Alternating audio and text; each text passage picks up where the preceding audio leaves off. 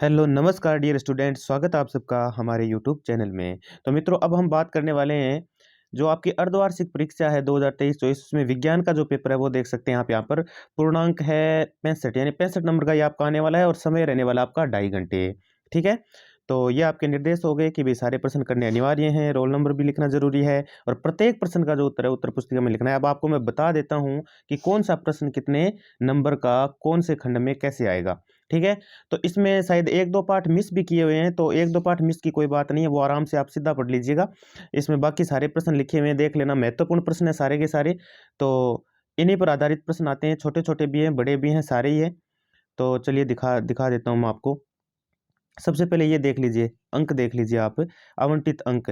खंड ए 6 नंबर का है, खंड ब फिर 6 नंबर का, खंड स 30 नंबर का और खंड द है आपके 25 नंबर का। तो कुल मिला के हो जाता है ये आपके पेपर 65 नंबर का। ठीक है? तो चलिए खंड ए में आ जाते हैं।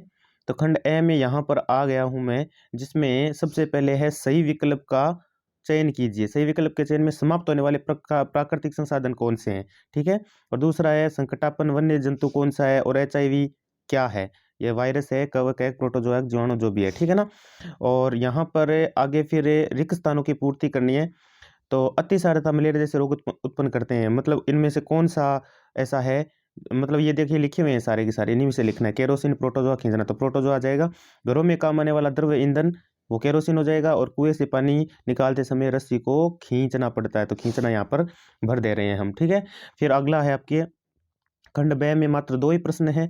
खंड ब के अंदर जो 2 प्रश्न हैं उनको देख लीजिए। क्लोन किए जाने वाला प्रथम स्तनधारी नाम बताइए। 2 विद्युत सुचालक पदार्थों के नाम लिखिए, ठीक है? फिर आ जाता है खंड स आपका। तो खंड स के अंदर आप देख सकते हैं ये आपके प्रश्न हैं खंड स के अंदर, देख लीजिए।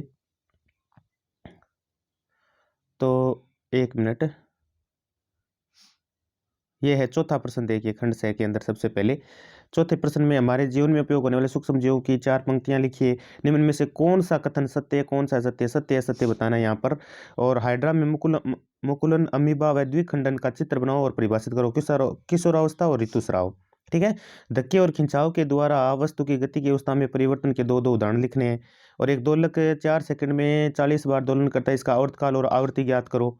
ये भी महत्वपूर्ण प्रश्न है। तो इस प्रकार के प्रश्न आने वाले हैं। और मोमबत्ती की ज्वाला का नामांकित चित्र बनाना है।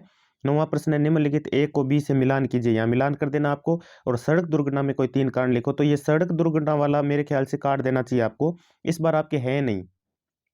सड़क सुरक्षा वाले सिस्टम है नहीं मेरे ख्याल से। कोई चैप्टर लगता ही नहीं है ऐसा ऐसा कोई। और खंड द की हम बात करें तो नीचे देख सकते हो आप। खंड द के अंदर बड़े-बड़े प्रश्न हैं आपके, जो पूरा 25 नंबर का है। घर्षण किस प्रकार हमारा मित्र और शत्रु है, समझाइए। और जहाँ सिंचाई की कमी हो, कौन सी विधि का चयन का उपयोग करेंगे, सिंचाई विधि का चित्र बनाइए। घर के भीतर तड़ित बचाव के उपाय बताइए। तड़ित चालक की व्यवस्था का चित्र बनाना है। और सड़क दुर्घटना के 2 दुष्परिणाम लिखने हैं।